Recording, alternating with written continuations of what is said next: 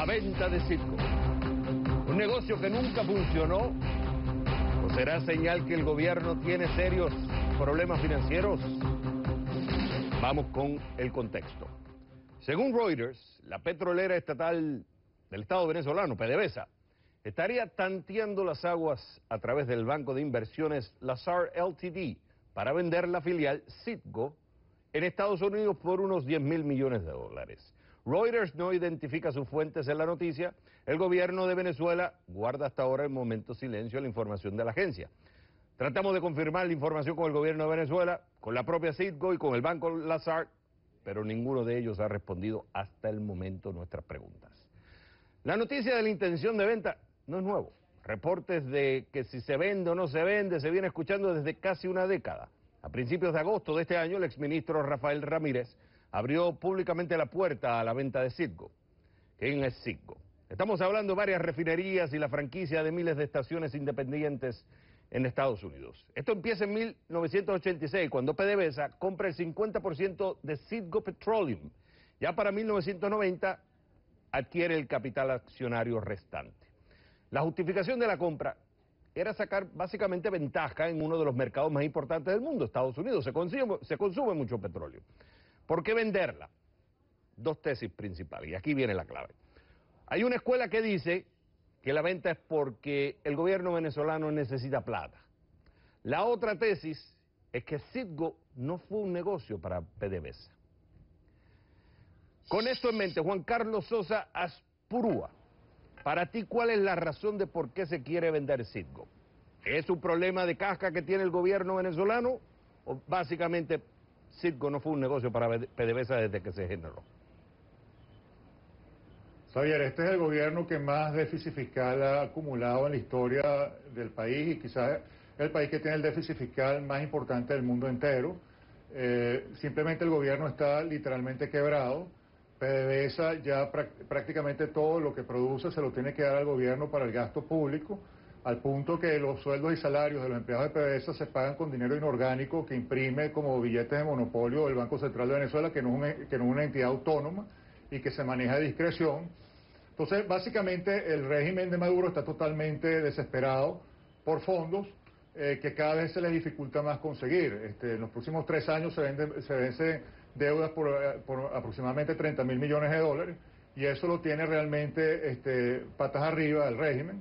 Están, como te decía, desesperados por buscar fondos, y una de las formas de hacerlo, evidentemente, en un momento tan delicado, tiene que ver con la posibilidad de vender activos internacionales. Aparte que el tema de Citgo también toca asuntos que van relacionados con las demandas que tienen dos empresas muy importantes petroleras en los Estados Unidos en el Banco Mundial, en la dirección de arbitraje del Banco Mundial, contra PDVSA, que son ExxonMobil y ConocoPhillips. O sea, esas demandas básicamente son por el orden de los 10.000 millones de dólares, entre 8.000 y 10.000 millones de dólares precisamente. Y de resultar beneficiadas estas dos empresas, lo cual es lo más probable, evidentemente van a necesitar algún tipo de colateral, algún tipo de garantía de pago, y los activos de PDVSA en los Estados Unidos evidentemente son un punto focal fundamental. Para Juan Carlos, pero esa misma razón, el hecho de que estén esos... Hay un argumento en el tema de Citgo. Sí. Vamos a hablar un momento del tema del negocio de Citgo. Hay varios argumentos que dicen que Citgo desde el principio fue algunos críticos dicen que Citgo fue una idea neoliberal, fue una idea que surgió en el 86, después del 90 adquirirla, para entrar en el mercado norteamericano, pero al final no funcionó. Y dos razones principales dan por el tema del negocio. Una es que el tema que las refinerías, al final, lo que producen son el petróleo no pesado, que es el que no produce Venezuela. Venezuela produce un petróleo pesado. Entonces, para alimentar esas refinerías, para que produzcan plata, tienen que estarle vendiendo petróleo ligero, algo que no es lo que produce Venezuela. Eso es uno. Y segundo, es el tema de un beneficio, una transferencia que se le da extra a Citgo. Se le vende el petróleo, algunos argumentos, incluso he estado leyendo que se le da una rebaja de 2 y 3 dólares cada vez que se le vende un barril de petróleo, lo que representa millones de dólares en beneficio de Citgo, pero no en beneficio del estatal de PDVSA. Por tanto, son pérdidas, es una pérdida que tiene que asumir PDVSA, pero es un beneficio que le va a Citgo. Al final es dinero que no queda en el patrimonio, digamos, en el Estado de Venezuela. Entonces, hay varios argumentos, dicen los críticos, que Citgo al final no fue un buen negocio para PDVSA, y si se corta ahora lo de Citgo es una forma de poder tapar esos huecos financieros que ha creado Citgo. Si se puede argumentar que PDVSA hay unos problemas administrativos, el tema de la producción que hay que aumentarla, todo eso.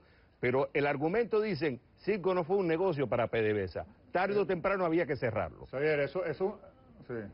Es un argumento totalmente falso, eso no tiene ni pies ni cabeza. Citgo fue quizás la decisión más importante que tomó PDVSA en toda su historia, porque implicaba tener la puerta de entrada al gran mercado energético internacional, la posibilidad que el país, con las principales reservas petroleras del hemisferio occidental, tuviese la posibilidad de colocar su petróleo en el principal mercado energético del planeta. Citgo, como se sabe, es una empresa que llegó a tener 15.000 estaciones de servicio, es decir, el número de estaciones de servicio de gasolinera era la número 1 de los Estados Unidos. Hoy en día tiene 6.000 estaciones, que sigue siendo muy importante. Claro, pero en realidad, Juan Carlos, ahí hay un mito, bueno, ahí hay un mito, porque el tema, Citgo no era la dueña de las estaciones, son franquicias que se vendían, o sea, en realidad son dueños independientes. Claro, son franquicias. Lo que estaba haciendo Citgo es vendiendo la marca. Claro, pero pero es que la marca implicaba, con esos jobbers, implicaba la colocación del producto en esas estaciones de servicio, porque básicamente la firma del contrato con los jobbers, que son los franquiciantes, les obliga a comprar productos de Citgo, abanderan sus estaciones de servicio con la marca Citgo, y toda la gasolina, los lubricantes, las grasas, etcétera, los productos que compran, se los tienen que comprar a Citgo. Entonces era una capacidad de colocación de productos, que es básicamente el objetivo final de toda industria petrolera, absolutamente maravillosa, vuelvo y te repito, en el principal mercado petrolero del mundo, energético. La idea evidentemente siempre fue que PDVSA fuera escalando su aumento de producción, de tal forma de que a la medida que fuera aumentando esa producción, tuviese esa posibilidad de colocación en dicho mercado, bien sea a través de la refinación de Citgo, que dicho sea de paso, no es como se planteó de que es para procesar crudos livianos, todo lo contrario. Precisamente las 3 refinerías que tiene Citgo, 100%, refinan crudo pesado y extrapesado. Se hicieron inversiones millonarias para que eso fuera así. Eso significa entonces que el crudo venezolano, que es un crudo muy contaminado de azufre y de una cantidad de productos que hay que desaparecer, se pueden refinar en esas refinerías, pero no en cualquier otra refinería. Entonces, en un país que estaba en este momento compitiendo contra Canadá por ese mercado estadounidense, porque Canadá con las arenas bituminosas está produciendo un petróleo que es exactamente la misma composición que el que se produce en la faja petrolífera del Orinoco. Entonces nosotros estamos compitiendo contra los canadienses que van con todo hacia ese mercado. Y si no tenemos la posibilidad de tener capacidad de colocación cautiva, fija, nos colocamos en una posición de debilidad que básicamente nos desplaza de ese mercado. Que hay otro argumento completamente dependiente, Juan Carlos, de terceros factores para que nos compren nuestro petróleo. Y tengo que cerrar, pero hay otro argumento también que dicen que esto es otra tesis, que hay una presión china, que China al final le está diciendo, mándame el petróleo a mí, tú me tienes que pagar la deuda, y en vez de estar poniéndolo en Estados Unidos, es mejor que me lo pongas acá. O sea, pero esas son las tesis que todavía estamos barajando. No te extrañe. Es la tesis que estamos manejando. Y no te extrañes, Javier, que los chinos sean uno de los candidatos a comprar Citgo.